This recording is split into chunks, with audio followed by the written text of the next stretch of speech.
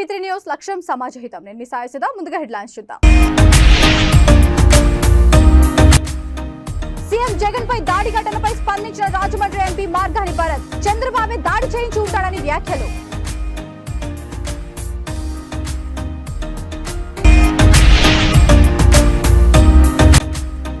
లోక్సభ ఎన్నికల ముందు ఛత్తీస్గఢ్ లో కీలక పరిణామం. దంతెవాడలో పోలీసులు ఎదుట లొంగిపోయిన 26 మంది నక్సలైట్లు.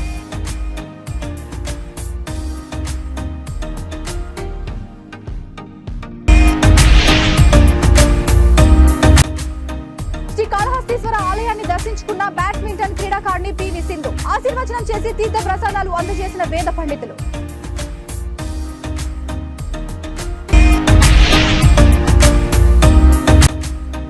సత్తుపల్లి పట్టణంలో డీజిల్ ట్యాంకర్ అదుపు తప్పి బోల్తా.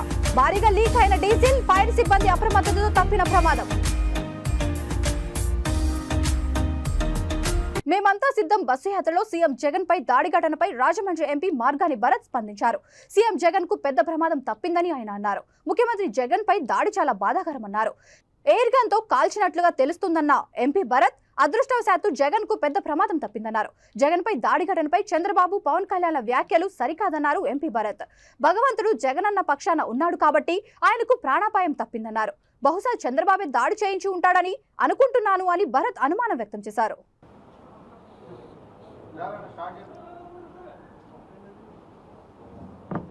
మీడియా మిత్రులందరికీ కూడా నమస్కారం. మొన్న విజయవాడ నడిబొడ్డులో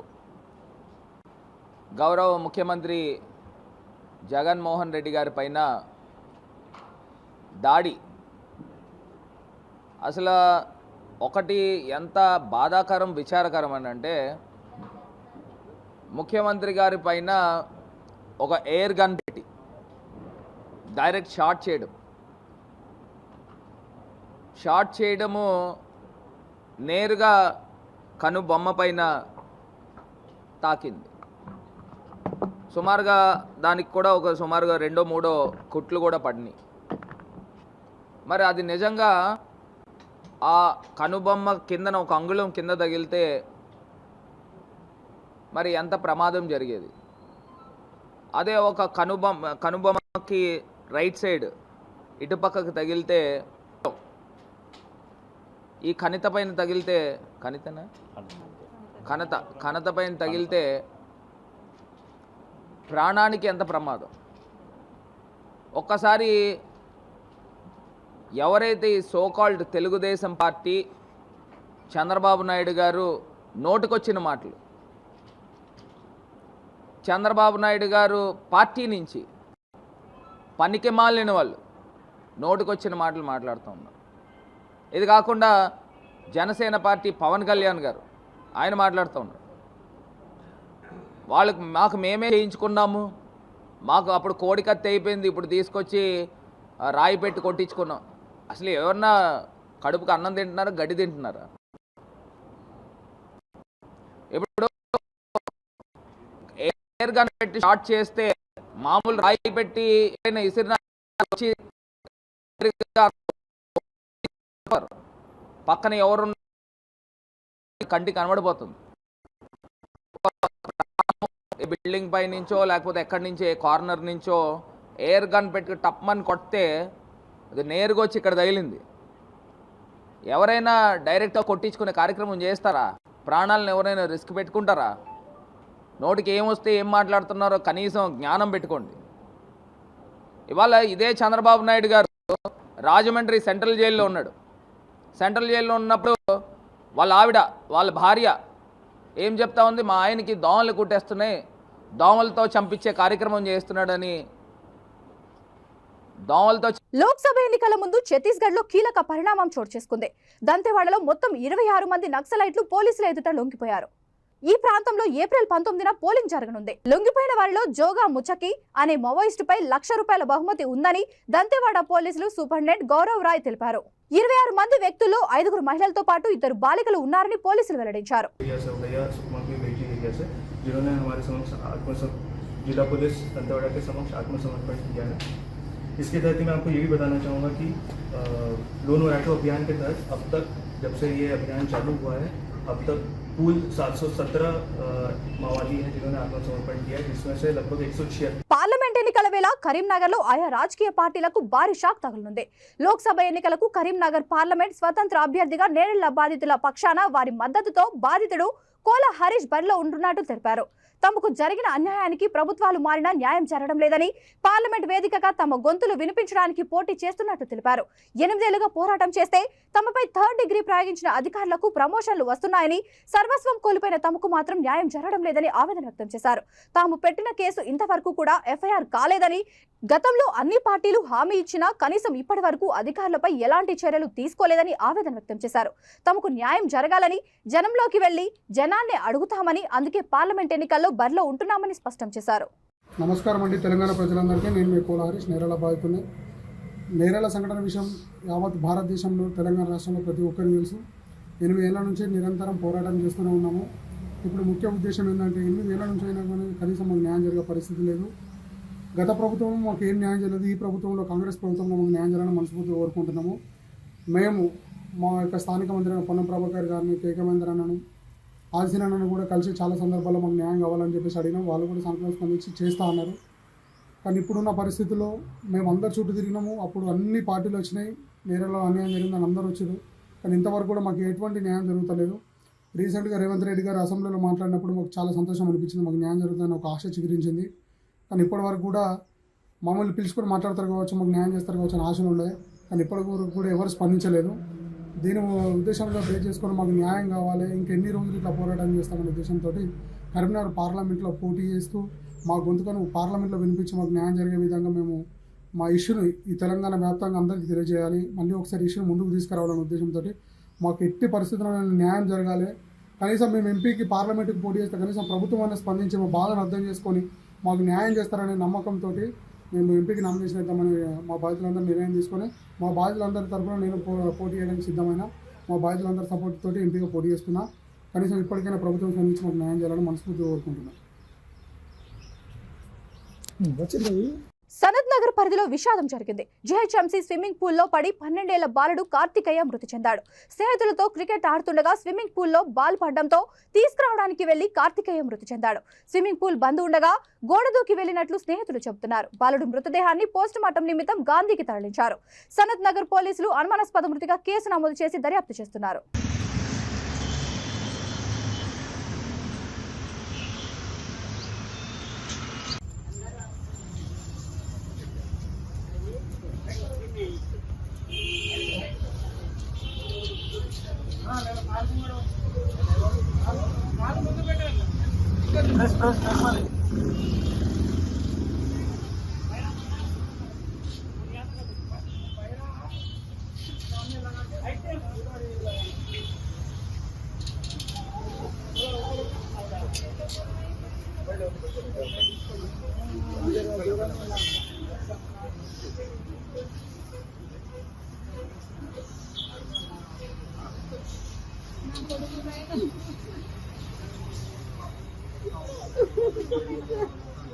నేను మళ్ళీ చూసుకుంటాను.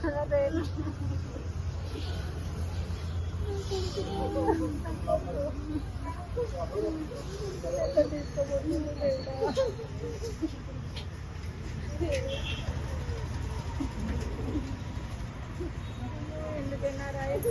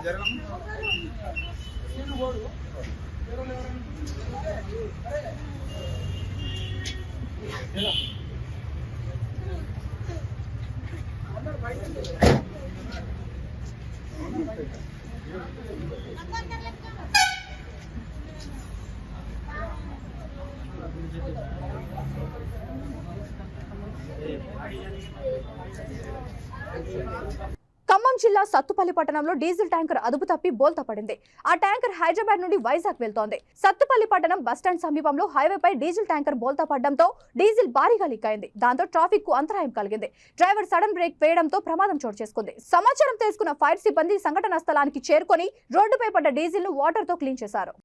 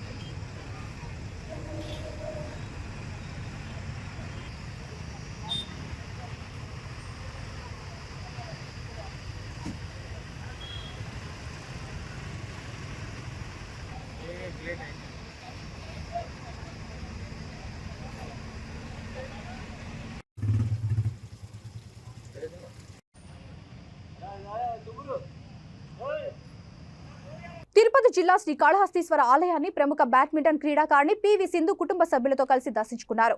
ఆలయ అధికారులు వారికి స్వాగతం పలికి దర్శన ఏర్పాట్లు చేశారు. దర్శనానంతరం వేద పండితులు ఆశీర్వచనం చేసి తీర్థ ప్రసాదాలు అందజేశారు.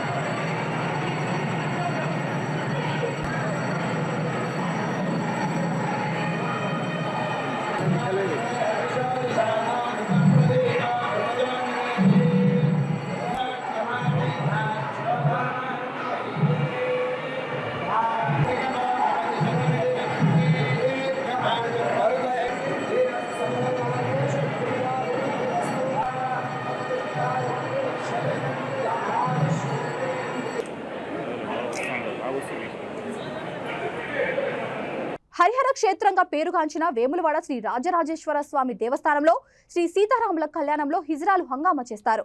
శ్రీరామనవమి రోజున వేములవాడకు దాదాపు 1,00,000కు పైగా శివపార్వతులు, జోగినీలు, హిజ్రాలు భక్తులు వస్తుంటారు. సీతారాముల కళ్యాణం జరుగుతున్న సమయంలో తాము కూడా శివుణ్ణి పెళ్లాడతామంటూ ఒకరిపై ఒకరు అక్షింతలు వేసుకుంటారు. అలాగే ఒకరి మెడలో ఒకరు తాళి కట్టుకుంటారు. తమ జీవితం శివునికి అర్పిస్తూ తనతోనే వారి జీవితం అంటూ మనసును అర్పిస్తారు. శ్రీరామనవమి వేడుకలకు ముంబై, కోల్కతా, గోవా, హైదరాబాద్, బెంగళూరు తదితర పట్టణాల నుండి వందలాది మంది జోగినీలు వేములవాడ చేరుకొని దాదాపు వారం రోజుల పాటు తన్మయత్వంతో మునిగి తేలుతారు.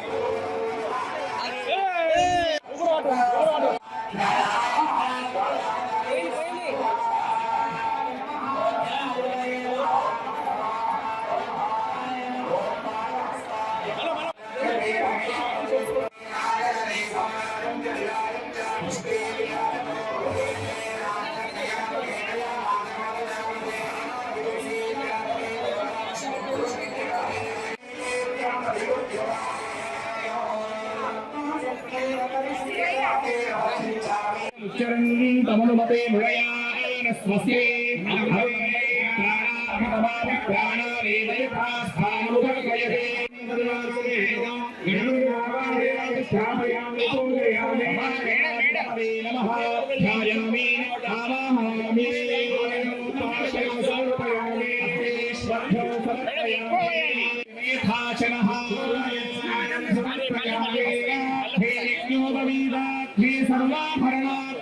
ఏలూరు జిల్లా దెందులూరు నియోజకవర్గం టీడీపీ నుంచి ముఖ్యమంత్రి వైఎస్ జగన్ సమక్షంలో వైఎస్ఆర్ కాంగ్రెస్ పార్టీలోకి పలువురు టీడీపీ నేతలు చేరారు. వారికి కండువా కప్పి వైఎస్ఆర్సీపీలోకి ఆహ్వానించారు. దెందులూరు నియోజకవర్గం టీడీపీ నుంచి ఆకుర్తి శేఖర్, గారపాటి వాసు, గౌడ సంఘం నేత మాధు గంగాధర్ వైఎస్ఆర్సీపీలోకి చేరారు. ఈ కార్యక్రమంలో దెందులూరు ఎమ్మెల్యే కోటారి అబ్బయ్య చౌదరి తదితరులు పాల్గొన్నారు.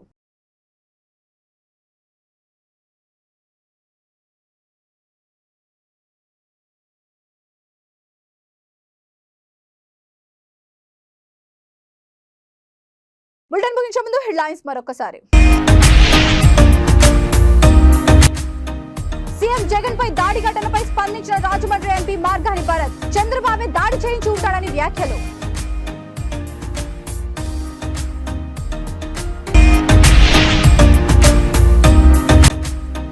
లోక్సభ ఎన్నికల ముందు ఛత్తీస్గఢ్ లో కీలక పరిణామం. దంతెవాడలో పోలీసులు ఎదుట లొంగిపోయిన 26 మంది నక్సలైట్లు.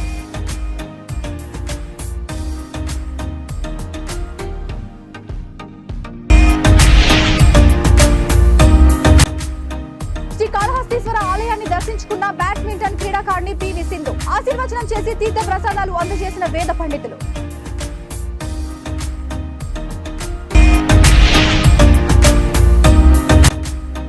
సత్తుపల్లి పట్టణంలో డీజిల్ ట్యాంకర్ అదుపు తప్పి బోల్తా. భారీగా లీక్ అయిన డీజిల్, ఫైర్ సిబ్బంది అప్రమత్తతతో తప్పిన ప్రమాదం. ఈ బులెటిన్ ఇంతటితో సమాప్తం. మరొక బులెటిన్తో మళ్ళీ కలుద్దాం. అంతవరకు చూస్తూనే ఉండండి V3 న్యూస్. లక్ష్యం సమాజహితం.